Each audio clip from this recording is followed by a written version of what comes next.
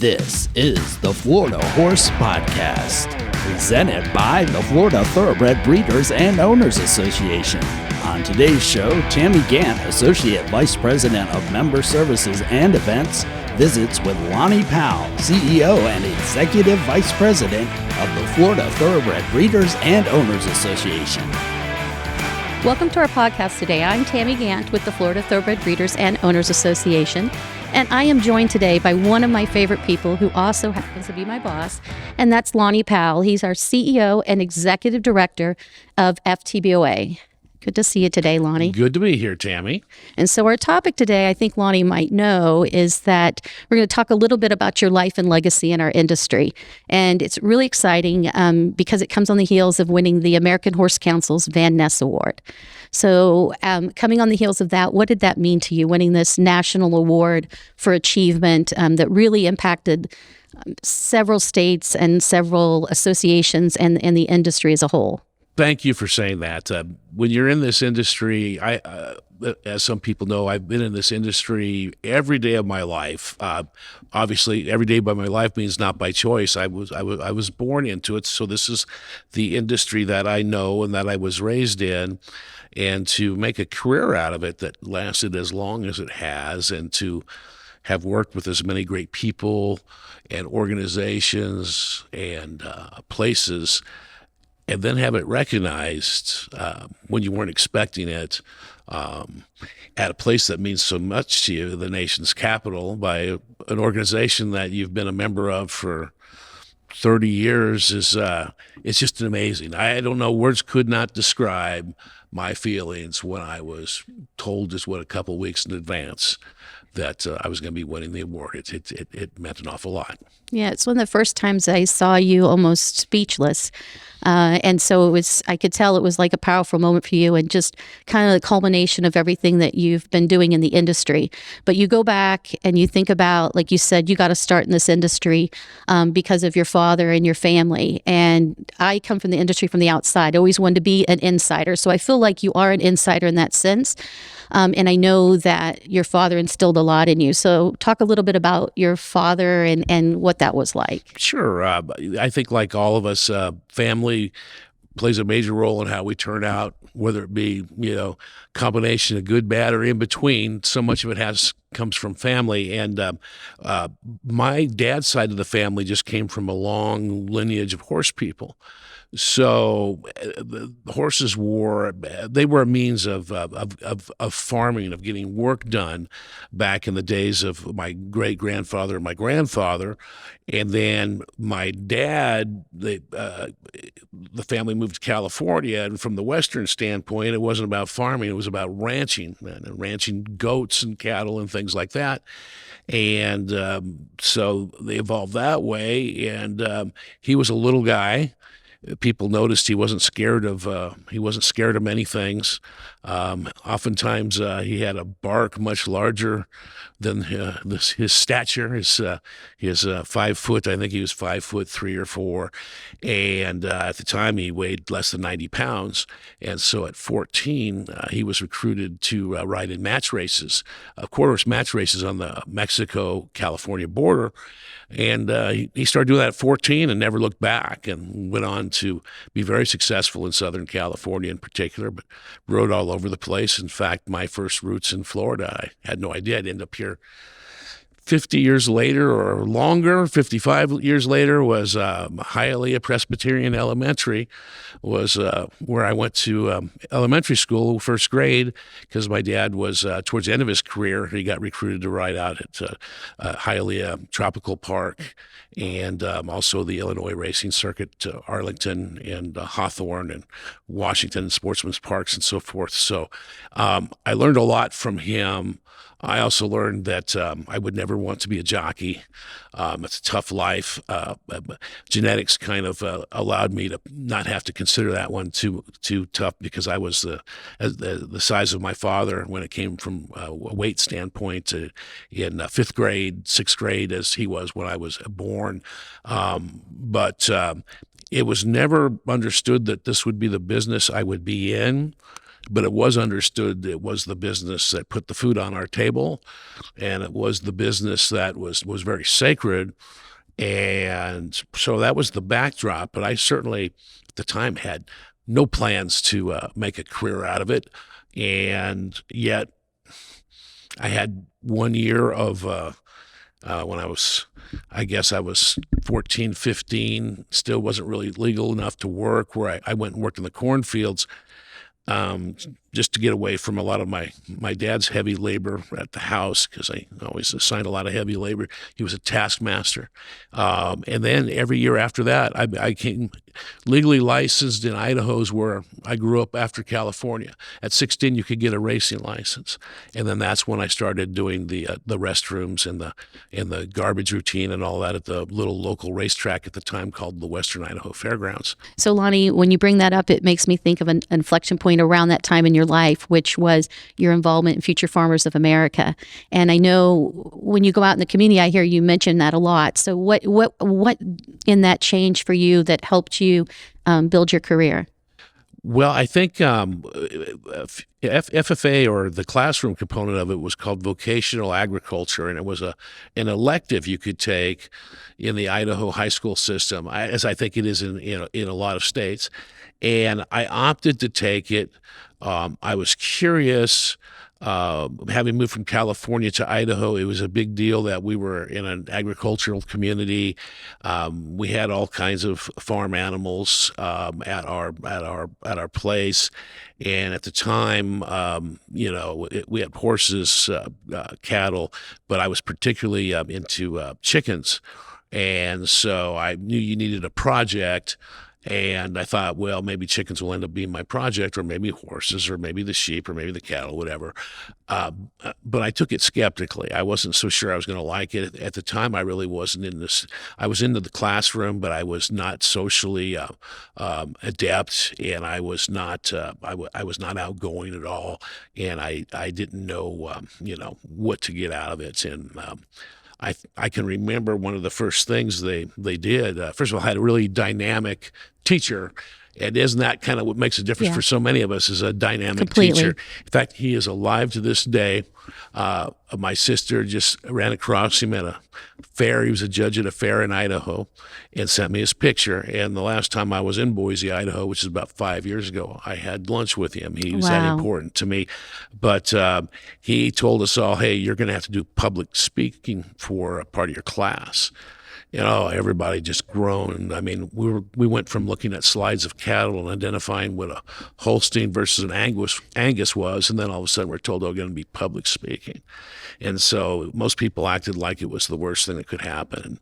And I decided I'd give it a go. I had no idea how I'd do, but I often, as a kind of a loner kid in my bedroom, I had one of these old tape recorders, and I'd often kind of do little broadcasts with myself and stuff like that. So I kind of liked the idea of talking or doing something like that. So I kind of went up there with no expectations in the classroom when they make all the students talk, and did really well, got lots of praise and enforcement. And that was at the same time that I was doing sports really for the first time, seriously. And everything was going on really well there too. And it just gave you some confidence. And the FFA, over those 4 years with FFA, I think the biggest impact they have on kids, which most people think, it's learning how to weld, or it's learning how to tell seed corn from, strawberries, or, again, Holsteins from Angus. No, I think it's the leadership component. And it really stuck with me, especially the public speaking. And I ended up, being on starting from a freshman on, almost on I guess I had no idea because I wasn't in it to compete, but on a 4-year quest to be state champion speaker, who my biggest opposition were the guys that were 2 years ahead of me in my own school and my own FFA chapter. They were both going to be state public speaking champions, and I competed against them all the way and knocked heads with them And finally, Wow. got that done and became state president at the same time my senior year. And I look back at just all that FFA experience, and plus the fact that having the agricultural background, and like so many, I had a lot of agricultural background, not only at home, but also in my college training and so forth, that it really tied in together wonderfully. And, horses are such an important part of agriculture, as we know. So I think it comes full circle that I'd be receiving that award in Washington, D.C. on behalf of all breeds and disciplines of horses, but also very much because of that involvement with agriculture that whole way. And I still am very involved with the agricultural community here in the state and the community, as you know. So what's interesting is, as we segue, I think that your story tells about your competitive drive, which is something that you need as a CEO in this business, and talks about also your scrappiness and your tenacity, that you see something you're going to go after and you're not afraid to get in the fray and make things happen. And I think the American Horse Council, with that award, sees that, right? They look and they say, this is someone that didn't just go and fill jobs. They were impactful in those jobs and they made a difference. And so I know one of the things when you gave that speech, there were a number of people that came up afterwards and said that it was amazing to see your passion in the industry. So where do you think your passion in the industry comes from? And also, why did you include, I know you named the horses in your life that were in the speech, and you talked about the states that impacted you. Talk a little bit about that. Wow, excellent questions all the way around. First of all, the passion is, I don't think passion can ever be forced. So let's just say I'm very lucky, and I do think I owe a big part of that to my dad, because, to be a jockey, if you're not passionate, you're not gonna really do well, because it's a dangerous career and there's lots of things to get in your head. But if you have passion, and he was very competitive, by the way. I mean, when he wasn't racing horses. So that comes from Dad, not Mom. Yes, he was riding bulls. He was racing cars. He was racing motorcycles. No, Mom was for the reasonable person in the group who made a pact with me that I would never make a career in the horse industry when I was in junior high, and I made that pact with her gladly. And now there's been no one more proud of what I've been doing. But anyway, getting back to the body of work, if you will, I guess why that was an interesting thing for me is I'm 62, and when you get to this point in life, you start, it's like, you hear the saying, you've got a little more behind you than probably available ahead of you.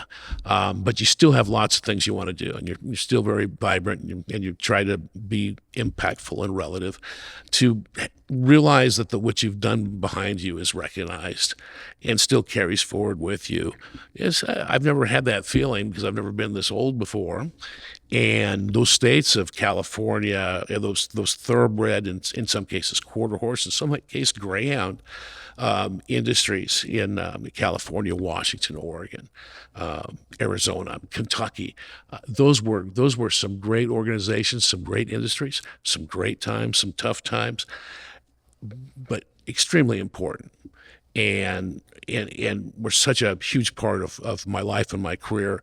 And I also firmly believe if I hadn't done all those things, those people, and faced all those challenges and those opportunities, I would nowhere have been the type of executive that FTBOA needed when FTBOA recruited me almost 11 years ago. It's hard to believe, because by then I had led all these different racing organizations from all these different perspectives. And here in Florida, this is not a game for softball when it comes to the gaming and pari-mutuel industry. I mean, some would call it a contact sport.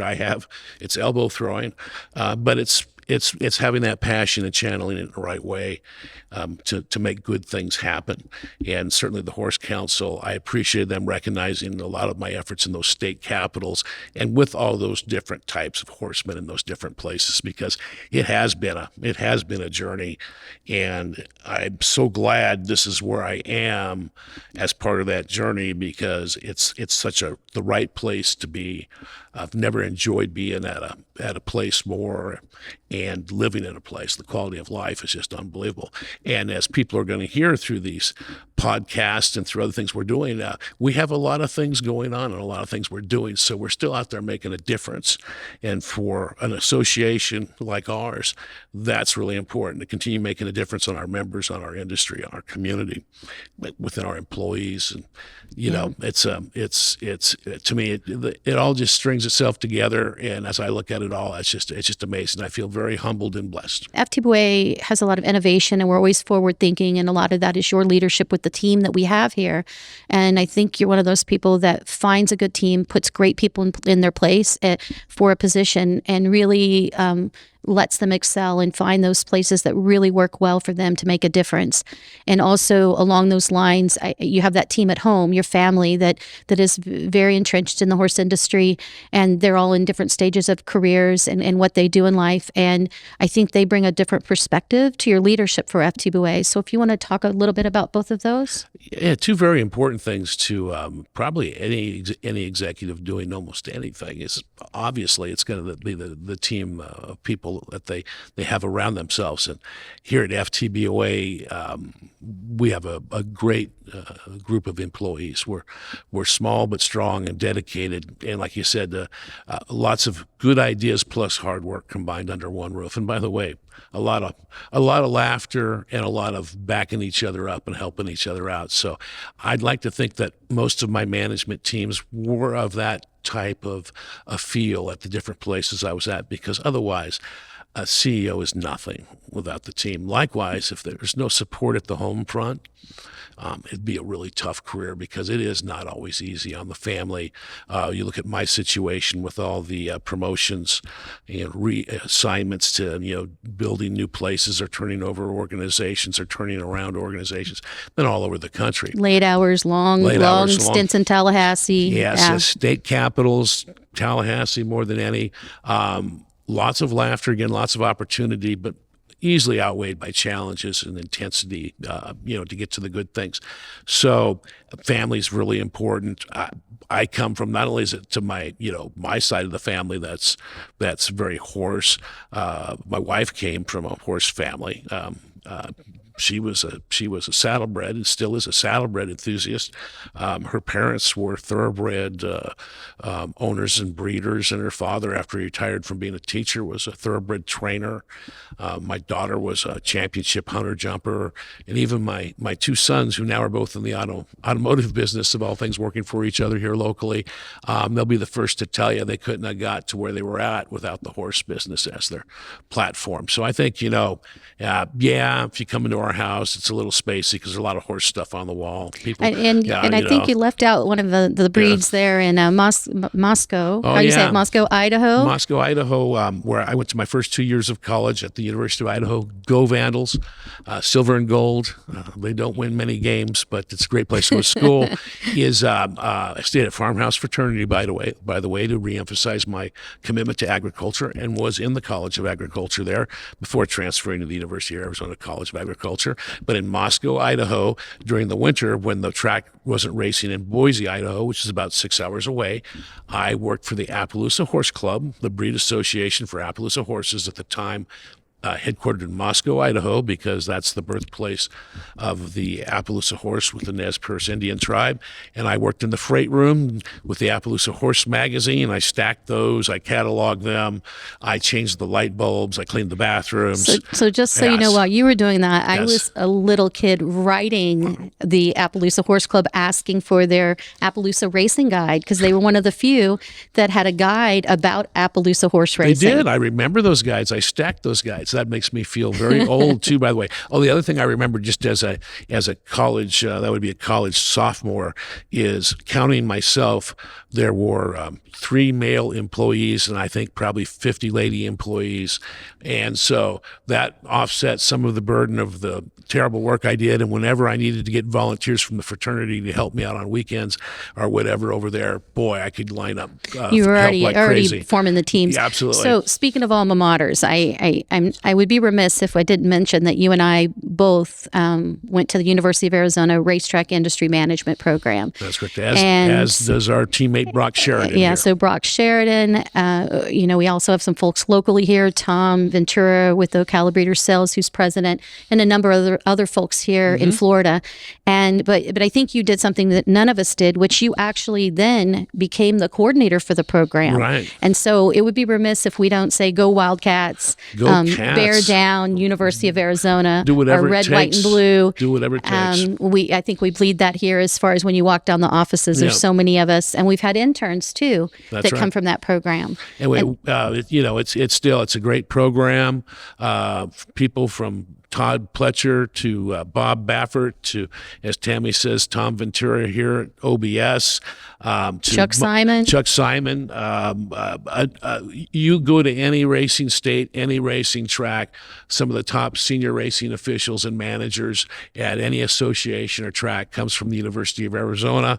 We're proud of being from that program. It was established in '74 and still out there. Robert Hartman's the new coordinator, and they're still out there doing a good job training students for responsible careers in all aspects of the racing and gaming industry. So go Cats. Yeah, and I think what's interesting is you still give back there. And I think when you look at a national award, you're not just putting a seat at the table at our state and national level that we need as an industry, but you're also giving back to those that gave to you. So on the advisory board for University of Arizona, been to almost every symposium, and also been a speaker on many dockets. And I think that bodes well for each state that you've been in and represented an association or an organization. And so a lot of that, again, ties in with where you are today, because without that experience, maybe you wouldn't have been that person that says, yeah, I need to get on those dockets. Those are important.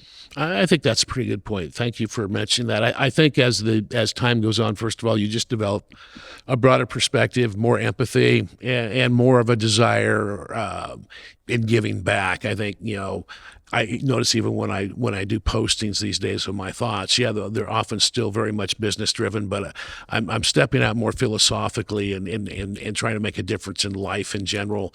And I just think that, as I look at things, and we've made this journey and we make this journey, if we all can advance each other, treat each other with respect, and try to do things that are helpful. I mean, I think most of us would much rather build than tear down. Yeah, you all float higher. We lift all boats, and I think that when I think of that, this would kind of be our segue to end the segment, is that one of the places people can reach you is on LinkedIn. Mm-hmm. I'm also on LinkedIn, but that's a place where you give a lot of praise to others, and then you give praise for our industry, and you also put our industry message out there. So I think that love we have for the industry shines through in those areas, not just our own media, but our personal media, because LinkedIn is a little bit of both, right? Right. And so I think that's a great place for someone to maybe reach you or you can always reach us at FTBOA or FTBOA.com. Is there any final thoughts that you have, Lonny, about our show? Oh, I just think that I'm very excited about what we're doing here with Sean Kaplan and our partnership to broaden out our broadcast experience and our outreach to our members and our industry and our community. This was part of a vision package that if we could do something on a move forward basis to have an impact, we would have loved to have had a studio and a trusted partner within our own building to advance the message of the Florida Thoroughbred Breeder and of our association and of our industry, and to promote our community and state. And I think Sean's talent and the history we have with he and his folks and putting on some, I think, excellent programming is very exciting to me. It's one of the ongoing future and ongoing initiatives. I look forward to working with you and Brock and Steve and Sean on and seeing this thing grow. But I think this is a great opportunity, great forum for us to start getting some stories and messages out there. I think so, and I think it gives people a different perspective of who we are as an association, who we are as executives and leaders in our industry, and also just what we're about as far as the Florida Thoroughbred industry, to promote our mission of the Florida Thoroughbred. But also we, like you said with Sean, we have the Horse Capital Television, we have Horse Capital Digest. So we do look at all those breeds and disciplines, especially here in Ocala, which is the horse capital of the world. And so I think that's really, really important. I appreciate your time today. Thank you for coming in. I'm sure we will be doing more of these in the future. Where else would I have been? I'm at work. That is true. That is true. And this is coming from you at Horse Capital Television Studios, recorded here at the Florida Thoroughbred Breeders and Association offices in Ocala, Florida, the horse capital of the world.